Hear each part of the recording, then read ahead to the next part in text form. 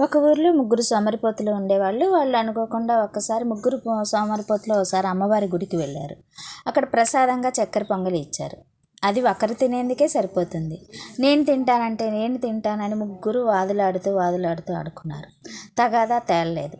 వారిలో చిన్నవాడు ఒక ఉపాయం చెప్పాడు. ఇప్పుడు ఎలాగో మధ్యాహ్నం అయిపోయింది కాబట్టి హాయిగా పడుకొని నిద్రపోదాం. ముగ్గురులో ఎవరికి అద్భుతమైన కల వస్తే వారు సాయంత్రం దాన్ని తినొచ్చు అన్నాడు.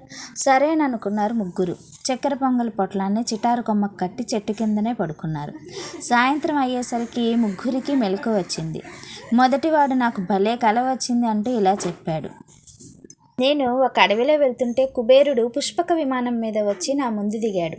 నన్ను సరదాగా యక్షలోకానికి తీసుకుపోయాడు.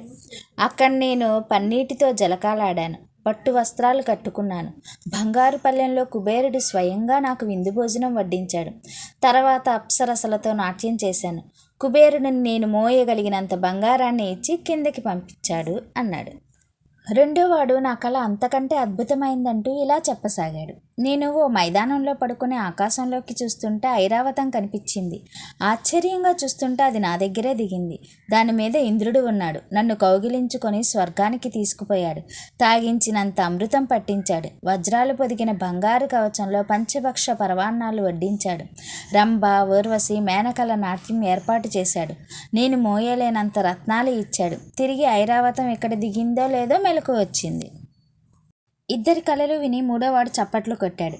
మరి నీకేం కల వచ్చింది అని ఇద్దరు వాడిని అడిగారు. మూడోవాడు ఇలా చెప్పాడు. నాకేమీ అద్భుతమైన కల రాలేదు. నేను అడవిలో వెళ్తుంటే పులి నా వెమ్మట పడింది. పరిగెత్తుకొని పోతూ ఓ లోయలో పడ్డాను. ఒళ్ళంతా దెబ్బలు తగిలినాయి. నడవలేకపోయాను. దాంతో అమ్మవారి గుడి కనిపించింది. అక్కడ అమ్మవారిని అడిగేసరికి అమ్మవారు నాతో ఇలా మాట్లాడింది.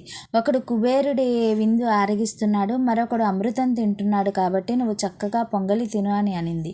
మనం చెట్టు కొమ్మకు కట్టిన పొట్లాన్ని చూపించింది. అది తిను అని చెప్పింది. అమ్మవారి ఆజ్ఞ. మెలకు రాగానే తినేశాను అన్నాడు. మిగతా ఇద్దరు నోళ్లు వెళ్ళబెట్టుకున్నారు. ఆ తర్వాత మొదటివాడు నవ్వుతూ చెప్పాడు. అయ్యో, మనం అంత అద్భుతమైన కళలు చెప్పుకుంటూ ఉన్నాం, కానీ నువ్వు మాత్రం నిజంగా పొంగల్ తినేసావు కదా అన్నాడు. రెండోవాడు వెంటనే అన్నాడు. అది కూడా అమ్మవారి ఆజ్ఞ అని చెప్పి మనం కట్టిన పొట్లం ఖాళీ చేశావు. ఇది కళ కాదు, నీ తెలివి అని నవ్వాడు.